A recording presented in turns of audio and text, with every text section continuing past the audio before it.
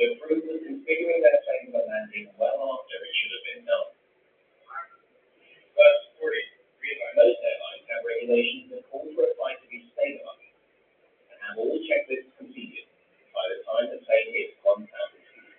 In inclement conditions, we required 1,000 feet to have basically everything done. The airplane is configured, you have flow, you have run your before landing check, and you receive your landing clearance. And from 1,000 feet on in, you just monitor the instruments and looking for the runway. Here's what I've got. In fact, this crew was still running their checklist up to the moment the crisis hit, 460 feet above the ground.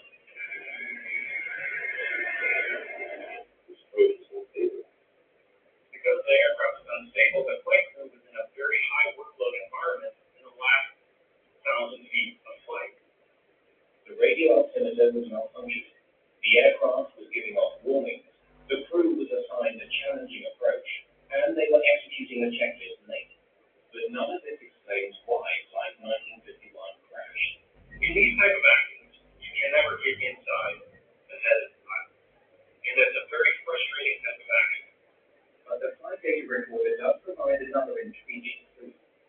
Moments before Flight 1951 hit the ground, the plane's engines were at idle, hardly providing any power. Perhaps this accident is a repeat of the Heathrow incident. The engines, it was interesting to note, were at idle approximately the last 2 minutes of the flight until the very end when the thrust was increased again. That was a big red flag right there. The question is, why was that the case? But then they saw something that's very different from the accident at Heathrow. Right there. For some reason, while still more than 1,000 feet above the ground, the plane's computer began preparing to touch down.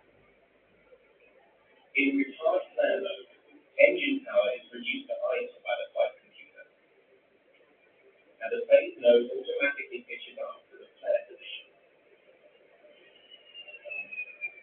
Planes should only be in this configuration just before they touch the ground.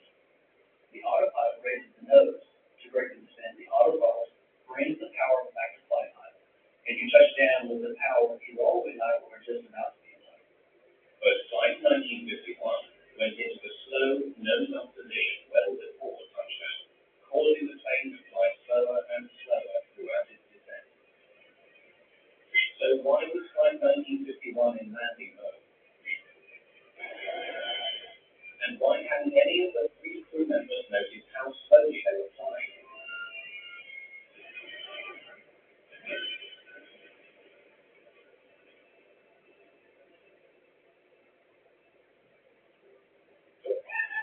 What's going on with the engines inside? The trouble seems to start with the malfunctioning altimeter. We have to look at the system as a whole to see how that -8 affected the other systems on the aircraft. And that was a very big portion of this investigation. We had to say, how does the autopilot use that data? More importantly, how does the autothrottle use that data?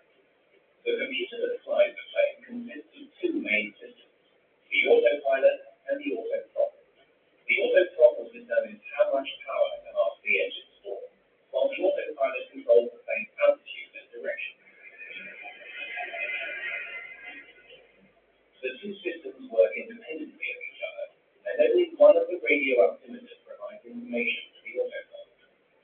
In this case, I had to learn everything there was about radio altimeters and autothrottle systems, which I didn't know before. The pieces of the puzzle begin coming together when they find connection between the faulty radio altimeter and engine power. Radio altimeter provides information for the autothrottle for the check.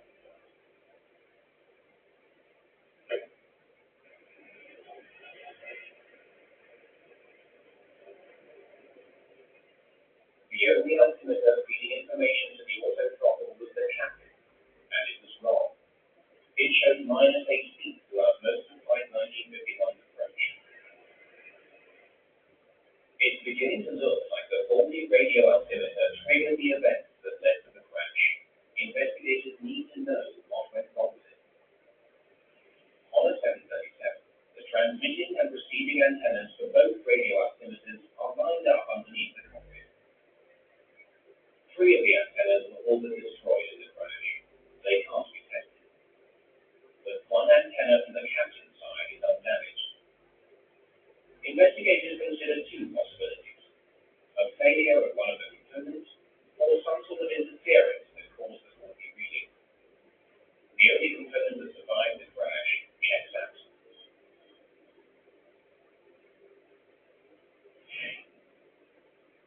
computers that control the system also work.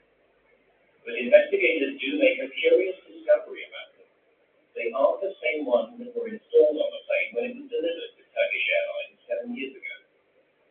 This find changes the focus of the investigation. The maintenance aspect of this accident aircraft was one that we looked at as deeply as we could.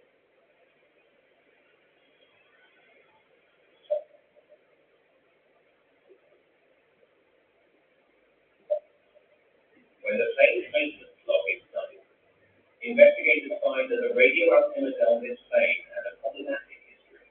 We got additional data from Turkish Airlines, and that data showed that on this one aircraft, on the past, I believe, over 1,000 flights, there was about 150 flights that had faulty radio altimeter systems. The documents show that a little more than a year before the crash, both computers were replaced because of complaints they were causing faulty readings. One of the incidents involved a radio altimeter reading of -8. So that was telling us that there was an issue that had been there. The issue did not just occur on this flight. The faulty readings persisted. Mechanics repeatedly swapped the computers and replaced the antennas to try to solve the problem. It's determined that Turkish Airlines tried several ways to fix the altimeter, but they couldn't find a repair that worked. At the time of the accident, Turkish Airlines had a fleet of 52 Boeing 737-800 series airplanes.